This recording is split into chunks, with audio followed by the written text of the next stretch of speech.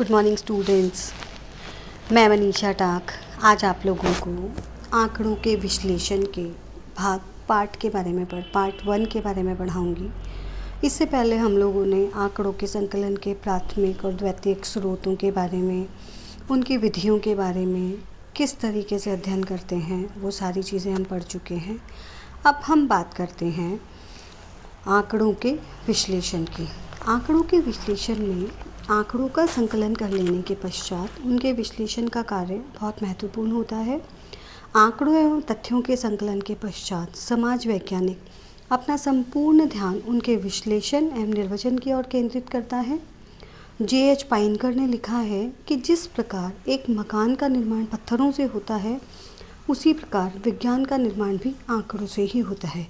परंतु जिस प्रकार पत्थरों के ढेर को ही मकान नहीं कहा जा सकता, उसी प्रकार केवल तथ्यों के संकलन से ही विज्ञान का निर्माण नहीं हो सकता। इस प्रकार इस कथन से यह स्पष्ट होता है कि जब एक शोधकर्ता तथ्यों को प्रक्रियाकरण के द्वारा व्यवस्थित क्रम में रखकर उनका विश्लेषण और विवेचन करता है, केवल तभी सामाजिक अध्ययन में वैज्ञानिकता का गुण आता है। आंकड़े उस समय संगत विषय वस्तु के रूप में, चाहे उनका संबंध अतीत से हो, वर्तमान से, अध्ययन तथा विश्लेषण के लिए एक आधार का कार्य करते हैं। श्रीमती P.V. यंग ने अपनी रचना में इस बात का उल्लेख किया है कि वैज्ञानिक विश्लेषण की यह मान्यता रही है कि संकलित आंकड़ों के पीछे स्वयं आंकड़ों से अधिक महत्वपूर्ण एवं व्यक्त होने वाली वस्तु कुछ और है। यदि इन व्यवस्थित आंकड़ों को संपूर्ण अध्ययन से संबद्ध किया जाए तो इनका महत्वपूर्ण सामान्य अर्थ ज्ञात हो सकता है। इस प्रकार मात्र आंकड़ों का संकलन तब तक अर्थहीन बना रहता है जब तक कि व्यवस्थित तरीके से उनका विश्लेषण एवं उनकी व्याख्या न की जाए। इस प्रकार आंकड़ों का विश्लेषण रिसर्च मेथोडोलॉजी में एक मूलभूत आवश्यकता है, जिसके बिना शोध कार्य को संपूर्ण नहीं माना जा सकता। आंकड़ों के विश्लेषण के कई महत्वपूर्ण चरण हैं, जैसे आंकड़ों का संपादन, वर्गीकरण, सारणीयन, निर्वचन एवं सामान्यीकरण। आज की क्लास में मैं आप लोगों को आंकड़ों के सारणीयन के बारे में पढ़ाऊंगी। और सारणीयन जो है, सारणीयन से तात्पर्य मतलब सारणीयन किसे कहते हैं हम? सारणीयन अनुसंधानकर्ता द्वारा एकत्रित किए गए आंकड़ों को व्यवस्थित क्रम में, सारणी के क्रम में प्रस्तुत करना ही सारणीयन कहलाता है। सामाजिक अनुसंधान में आंकड़ों में सारणीयन का अत्यंत महत्वपूर्ण स्थान है।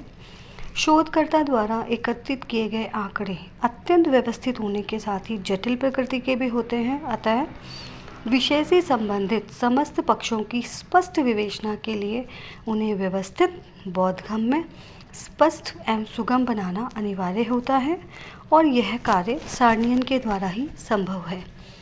सामान्य शब्दों में सारणीयन का आशय प्राप्त आंकड़ों के अनेक स्तंभों एवं पंक्तियों में व्यवस्थित करके उन्हें क्रमबद्ध रूप में प्रस्तुत करना होता है। इस प्रकार सारणीयन का आशय सारिणी या तालिका बनाने से है और कई विद्वान इसे सारणीयन भी कहते हैं। जब हम इसकी परिभाषाओं की बात करते हैं तो L.R. कॉर्नर ने अपनी कृति statistics in theory and practice में लिखा है, सारणीयन किसी विचाराधीन समस्या को स्पष्ट करने के उद्देश्य से संख्यात्मक तथ्यों को क्रमबद्ध और सुव्यवस्थित रूप से प्रस्तुत करने की एक विधि है। C.A. मोजर ने अपनी पुस्तक सर्वे मेथड्स इन सोशल इन्वेस्टिगेशन में कहा है, मौलिक रूप से सारणीकरण विभिन्न कार्यों में से प्रत्येक के अंतर्गत पाए जाने वाले उत्तरदाताओं की संख्या की गणना से अधिक और कुछ नहीं है। जहोदा एवं अन्य ने research methods in social relation में लिखा है, सारणीयन आंकड़ों के सांख्यिकीय विश्लेषण की प्राविधिक प्रक्रिया का एक अंग है। इसके अंतर्गत आवश्यक क्रिया उन उत्तरदाताओं की संख्या को निर्धारित करने के लिए गणना करने की है जो विभिन्न श्रेणियों में पाई जाती है।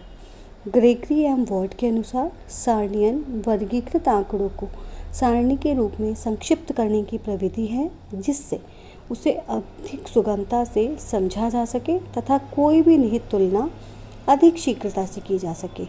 D.N.L. हंस ने अपनी पुस्तक फंडामेंटल्स ऑफ स्टैटिस्टिक्स में सारणियन को स्पष्ट करते हुए लिखा है कि विस्तृत अर्थ में सारणियन आंकड़ों को कुछ स्तंभों और पंक्तियों में प्रस्तुत करने की एक व्यवस्थित क्रमबद्धता है। यह एक ओर आंकड़ों के संकलन और दूसरी ओर आंकड़ों के अंतिम विश्लेषण के बीच की एक प्रक्रिया है। इस प्रकार सारणियन जो है अनुसंधानकर्ता के द्वारा जब विभिन्न प्रकार के आंकड़े तथ्य एकत्रित किए जाते हैं, उनको अलग अलग वर्गों में बांटकर उनका कैटेगराइजेशन किया जाता है। पहले उनका वर्गीकरण होता है, फिर सारणियों के माध्यम से उन्हें समझाने का प्रयास किया जाता है। सारणियन की आवश्यकता एवं उसके उद्देश्य निम्न प्रकार हम देख सकते हैं। सारणियन का सर्वप्रमुख उद्देश्य वर्गीकृत आंकड़ों एवं सूचनाओं को क्रमबद्ध और सुव्यवस्थित रूप में प्रस्तुत करना होता है। सारणियन का दूसरा उद्देश्य संकलित आंकड़ों की विशेषताओं को बहुत सरल और संक्षिप्त रूप से स्पष्ट करना है। सारणियों के रूप में जब सभी आंकड़ों को कुछ निश्चित स्तंभों और पंक्तियों में व्यवस्थित कर दिया जाता है तो उन्हें एक ही निगाह में समझना संभव हो जाता है। सारणियन सांख्यिकीय दृष्टिकोण से एक संक्षिप्त और वैज्ञानिक प्रणाली है। सारणी के अंतर्गत केवल संख्याओं का समावेश होता है, जिन्हें समझना कहीं अधिक सरल रहता है। इसी आधार पर पीवी यंग ने सारणियन को सांख्यिकी की आशुलिपि कहा है। सारणियन का एक मुख्य उद्देश्य तुलनात्मक आधार पर विभिन्न आंकड़ों की प्रकृति को स्पष्ट करना है। सारणी के अंतर्गत जब विभिन्न आंकड़े अनेक खानों अथवा पंक्तियों में व्यवस्थित हो जाते हैं तो उनके आधारों पर विभिन्न आंकड़ों की तुलनात्मक विशेषताओं को सरलतापूर्वक समझा जा सकता है। इस प्रकार सारणियन के माध्यम से जो विभिन्न आंकड़े एकत्रित किए जाते हैं उनको व्यवस्थित वर्गीकृत किया जा सकता है क्रमबद्ध तरीके से। अपने आंसर में, अपने समाधान में उसको स्पष्ट रूप से प्रस्तुत कर सकता है शोधकर्ता। अब हम सारणियन के लाभ अथवा महत्व के बारे में बात करेंगे। डॉक्टर बाउले ने बताया है कि सांख्यिकीय अनुसंधान की सामान्य योजना में सारणियन का कार्य उत्तर को, जिससे अनुसंधान का संबंध है, सुलभ रूप में क्रमबद्ध करना होता है। डॉक्टर पाडेन के विचार में एक सांख्यिकीय सारणी का कार्य साधारण प्रस्तुतिकरण के अतिरिक्त विश्लेषण के उपयोगी यंत्र के रूप में कार्य करना भी है। इस प्रकार सारणियन का जो महत्व है या लाभ है उसको हम निम्न प्रकार से समझ सकते हैं। सबसे पहली बात है सरलता। सारणियन के द्वारा आंकड़ों को ऊपर से नीचे की ओर तथा बाएं से दाएं की ओर सफलतापूर्वक देखकर उससे संबंधित निष्कर्षों और प्रवृत्तियों को समझना एक सरल कार्य है। साथ ही इसके द्वारा संख्यात्मक त्रुटियों को दूर करके अधिक यथार्थ निष्कर्ष भी दिए जा सकते हैं। इसके माध्यम से उद्देश्य की स्पष्टता होती है। सारणियन उद्देश्य की स्पष्टता की दृष्टि से भी एक उपयोगी प्रणाली है। इसके अंतर्गत विभिन्न सारणियों का निर्माण अध्ययन के उद्देश्यों को ध्यान में रखते हुए किया जाता है, जिससे अध्ययन के उद्देश्यों को समझना संभव होता है और अध्ययन के उद्देश्यों को सारणी के माध्यम से आसानी से किसी भी व्यक्ति विशेष को या समूह विशेष को समझाया जा सकता है। तुलनात्मक अध्ययन सारणी के अंतर्गत आंकड़ों को अनेक खानों और पंक्तियों में इस प्रकार व्यवस्थित करके प्रस्तुत किया जाता है कि विषय के विभिन्न पक्षों का तुलनात्मक अध्ययन करना संभव हो जाता है। इसके अतिरिक्त सारणियों द्वारा प्रतिशत, अनुपात, माध्य अथवा औसत आदि के प्रदर्शन के कारण भी तुलनात्मक अध्ययन करना सरल हो जाता है। वस्तुनिष्ठता सारणियों का निर्माण करना एक मनमाना कार्य नहीं होता, बल्कि इसके निर्माण में वैज्ञानिक विधि का प्रयोग किया जाता है। इसीलिए सारणियों को वैज्ञानिक कहा जाता है। इनके अर्थ में सार्वभौमिकता का गुण होता है। एक सारणी को देखने वाले सभी अनुसंधानकर्ता उसका एक जैसा अर्थ लगाते हैं और इसको बहुत अधिक वैज्ञानिक रूप में प्रस्तुत कर पाना भी संभव होता है। मितव्ययता सारणियन एक ऐसी विधि है जिसके द्वारा आंकड़ों के विशाल समूह को बहुत कम समय में ही व्यवस्थित करके महत्वपूर्ण निष्कर्ष प्रस्तुत किए जा सकते हैं। सारणियन की सहायता से प्रतिवेदन को संक्षिप्त बनाना अथवा कम पृष्ठों में ही अधिक से अधिक सूचनाएं दे सकना संभव हो जाता है। इससे अध्ययनकर्ता के समय में भी बहुत बचत होती है। सांख्यिकीय निर्वचन। सारणियन के अभाव में आंकड़ों का सांख्यिकीय विवेचन नहीं किया जा सकता। वर्तमान युग में जैसे जैसे माध्य, माध्यिका, बहुलांक, विचलन तथा सहसंबंध आदि के रूप में सांख्यिकीय विवेचन का महत्व बढ़ता जा रहा है, उसी प्रकार सारणियन के द्वारा तथ्यों को प्रदर्शित करना भी अनिवार्य हो गया है। सारणियन के माध्यम से रिपोर्ट जो प्रस्तुत की जाती है उसको चित्रों के माध्यम से प्रदर्शित किया जाता है। रिपोर्ट के प्रस्तुतिकरण में आंकड़ों के चित्रमय प्रदर्शन का एक महत्वपूर्ण स्थान है। दंड चित्रों अथवा ग्राफ के रूप में इन तथ्यों को केवल तभी प्रदर्शित किया जा सकता है जब उन्हें सारणियों में व्यवस्थित कर लिया जाए। इस दृष्टिकोण से सामाजिक अनुसंधान की प्रक्रिया में सारणियन के महत्व की अवहेलना नहीं की जा सकती। तो हम कुल मिलाकर यह कह सकते हैं कि सारणियन एक ऐसी प्रविधि है, एक ऐसा तरीका है जिसके माध्यम से शोधकर्ता के द्वारा जो विभिन्न प्रकार के आंकड़े, तथ्य, सूचनाएं एकत्रित की जाती है उनको क्रमबद्ध, व्यवस्थित और बहुत कम जगह में प्रदर्शित किया जा सकता है। बहुत थोड़े से स्थान में बहुत सारी सूचनाओं को दिया जा सकता है। कंपैरेटिव स्टडीज़ से आराम से की जा सकती है और उससे जो उत्तरदाता हैं या जो मतलब जो समस्या है उस समस्या के समाधान को समझने में लोगों को बहुत आसानी होगी और बहुत आसान तरीके से सारणियन के माध्यम से जो भी शोध समस्या है उसके समाधान को शोधकर्ता के द्वारा एक्सप्लेन किया जा सकता है। जब भी कोई नया कंसेप्ट आता है तो उसके अगर कुछ दो लाभ होते हैं तो उसमें कुछ दोष या कमियां भी होती हैं। तो सारणियन के दोष या सीमाओं को हम देखें तो इसमें केवल संख्यात्मक सूचनाओं को ही प्रस्तुत किया जा सकता है। सारणी के माध्यम से केवल उन्हीं सूचनाओं को प्रस्तुत किया जा सकता है जिनकी प्रकृति संख्यात्मक हो। समाजशास्त्रीय तथ्यों की अधिकांश प्रकृति गुणात्मक होती है और इसी वजह से सारणियन का इसमें कम रोल होता है। विशेष ज्ञान की आवश्यकता। प्राय सारणियों को आसानी से समझ पाना व्यक्ति के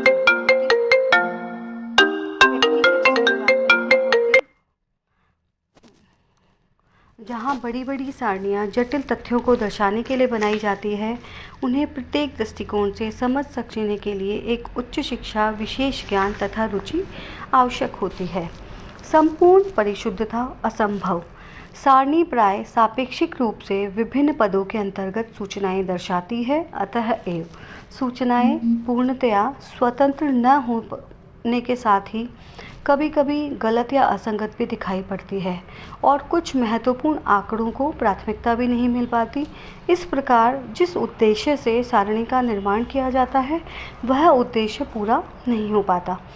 प्राय यह भी देखा जाता है कि यदि संख्याएं अधिक मात्रा में हैं और जटिल प्रकृति की है और उन्हें एक ही सारणी में अथवा कई सारणियों में विभाजित करके प्रस्तुत किया गया है तो वे मनुष्य के मन तथा बुद्धि पर अधिक भार डालती है और इसमें कभी कभी तो बहुत कम आकर्षण हो पाता है। कहने का तात्पर्य ये कि जो सामाजिक समस्याएं हैं उन सामाजिक समस्याओं में व्यक्तियों को समझाना मतलब चित्रों के माध्यम से, सारणियों के माध्यम से कुछ हद तक तो संभव होता है, लेकिन कई बार समस्या बहुत अधिक जटिल है और उसमें बहुत सारी सारणियां हैं, उसका कई जगहों पर कैटेगराइजेशन कर दिया जाता है।